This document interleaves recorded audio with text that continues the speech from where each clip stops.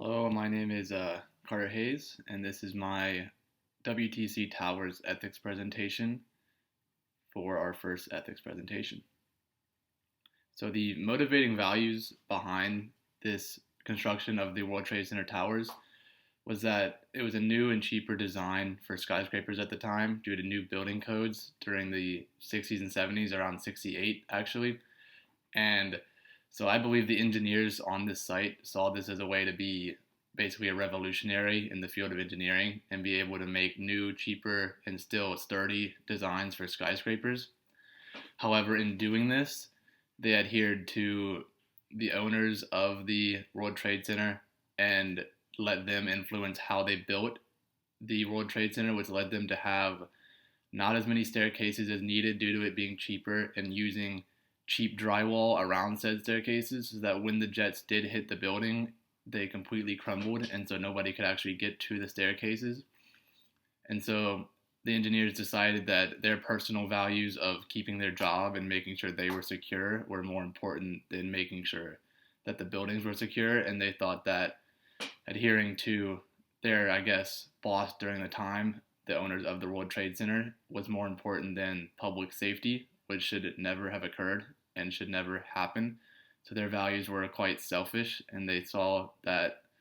them succeeding and them getting a paycheck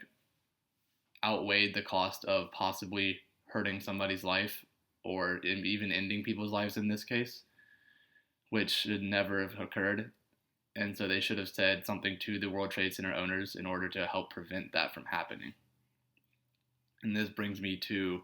the next section, which is, were these the best decisions? Now, obviously, we couldn't have predicted that the attacks on 9/11 would have occurred and that the buildings would not be up to code, but there could have been measures that would have been taken that could have helped if this tragedy did occur. And so the engineers decided that they would go with the minimum amount of staircases needed for the building codes, which was 3 at the time, due to the New York Port Authority, which were the owners of the buildings, telling them to make it as cheap as possible and that they're good to only use the 3 staircases. When in reality, after analysts go through after the whole tragedy happened on 9/11, they realized that with the amount of people that would have had to come down the staircases, if everybody needed to, they would have needed at least 6 staircases, and that at the time of building, with only 3, it would have taken around 4 hours for any sort of person to get down from the actual floors that were affected by the jets hitting the building. Also, engineers were told to fireproof as much as possible on floors and, like, say, cubicles and stuff like that, and they tried to, but after the jets hit, it was seen that the fireproofing basically did absolutely nothing, and so it was done very lazily, very lackadaisically, and so better decisions could have been made in order to do this better, make sure the engineering was actually done correctly, and that it was the best possible thing that could have happened instead of doing it lazily and just making it as cheap as possible. They should have made it sturdy, and they should have made it in a way that if a tragedy like this did occur, it would have at least been better than what it was. And so, what I believe they could have done differently is actually stood up for the engineering side instead of going along with the New York Port Authority. They could have just said to them, hey, we're engineers, we know how to do this, you're going to need more staircases than this, we need to make them more sturdy, and that's going to cost more money, but it's worth it because the public will be safe inside the building, and worst case scenario, something happens, and we know we've done all we can to help as much as possible. Whereas instead, they did not do that, and they were motivated in a way of listening to the owner and letting them influence the engineers to make the building cheaper and not as good as it could have been. They also could have taken more diligence in terms of actually fireproofing rooms and fireproofing floors to make sure that they can withstand large levels of heat. I mean, this could have been done by lab testing before the actual building was constructed, or just testing off-site to make sure that they were actually up to code with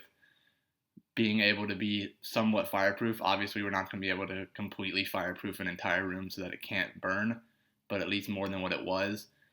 And just the biggest thing that they could have done is just tell the New York Port Authority that they know what they're doing and that making the building as cheap as they wanted was not going to be the best decision they could make, and that they should have made it in a more sturdy and better way overall, which is just the biggest thing, because it doesn't really make sense for the organization who just wants the building to tell the people building it how they should do it. So finally, what the engineers in the future can learn from this is to like have a backbone, is what I should say, in terms of not listening to your owner of that specific job, I guess, if that makes sense. Make sure that you can stand up for yourself and tell them that, hey, this is not the best thing we can be doing. We should be doing this instead. And that don't let values of personal gain distract you from public safety and public health. And that in the idea of, is my job and is my well-being more important than the public safety, you should always choose the public safety's option. And that in terms of cost efficiency compared to the public safety, you should always go public safety, because people can deal with spending more money if it means that people are safe and that overall people are more secure in the building, and that they don't end up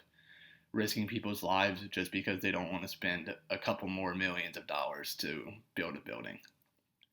And that basically the biggest thing is just not let organizations distract engineers from doing their job the best they know how and the best that they think should be going on, basically. So that's all I've got for the World Trade Center ethics presentation. Thank you for listening, and I will be monitoring the Q&A session on the Blackboard discussion board for 24 hours after this presentation. If you have any questions, or if you want to just say anything about it, your opinions, I'll comment on them and stuff. So yeah, I'll be looking forward to seeing them, and thank you.